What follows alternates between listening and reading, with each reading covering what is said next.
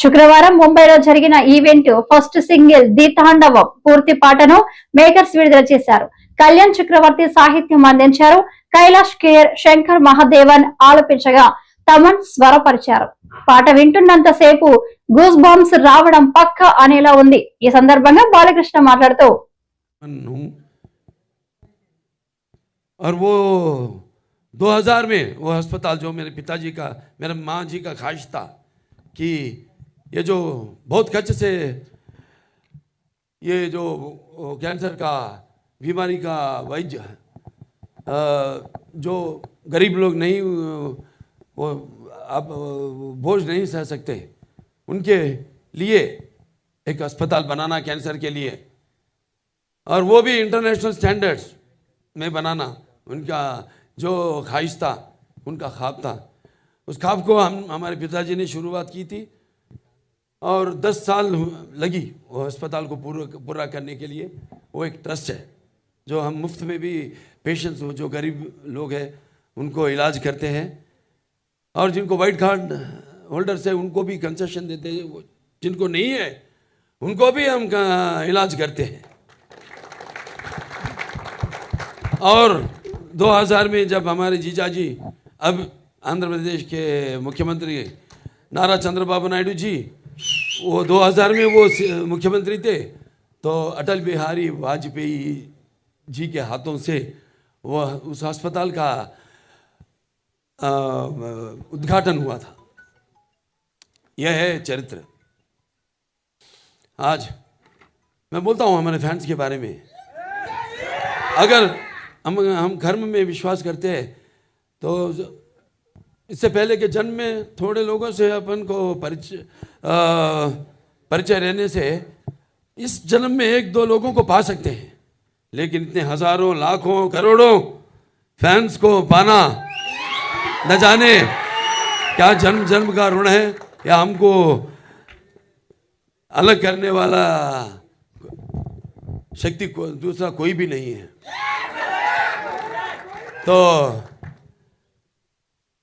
पहला मैं इधर आए सो सभी लोगों को मेरा पहला, उससे पहले मेरे माता पिता को मैं प्रणाम करता हूँ कि जिनके आशीर्वाद से ही मैं आज आपके सामने खड़ा हूँ, और उनके आशीर्वाद के बिना मेरा जन्म और मेरा सफ़र अधूरा होता था। अभी 50 साल से मैं तेलुगु सिनेमा का किधर निभा रहा हूँ, और अभी मैं 65 भी मैं 65 साल का हूँ। 65 साल में लड़कियों को तो बोलते हैं अपना उम्र मत बताओ, और मर्दों को बोलते हैं अपना कमाई मत बताओ। लेकिन ये तो पूरा उल्टा हो गया। मतलब मैं बोलना ये चाहता हूँ कि हमारे पिताजी जो है वो सिर्फ वो उनको बोलते वो दैवांश संभूत एन.टी. रामाराव जी, और कारण जन्म उनका बेटे होने के नाते वो सिर्फ मेरे पिताजी नहीं, मेरे गुरु और सब वही है मेरे लिए। उनको देखते मैं पला और उनके ही रास्ते में मैं अभी जा रहा हूँ। तो अभी शायद दुनिया में नहीं मेरा मतलब है दुनिया में ऐसा इतने 50 साल किसी भाषा में भी कोई नहीं रहा। ये गर्व का बात है मुझे। बस क्या बोलते वो ईश्वर की इजाज़त के बिना छुट्टी भी नहीं काटती है। तो ऐसा हादसे मेरे ज़िंदगी में बहुत हुए। जैसे अभी इससे पहले मैंने बताया पद्म विभूषण से मुझे सेंट्रल गवर्नमेंट में मुझे सत्कार किया, उनका मैं शुक्रगुजार हूँ। और book of world records England, उसमें मेरा नाम शामिल हुआ। और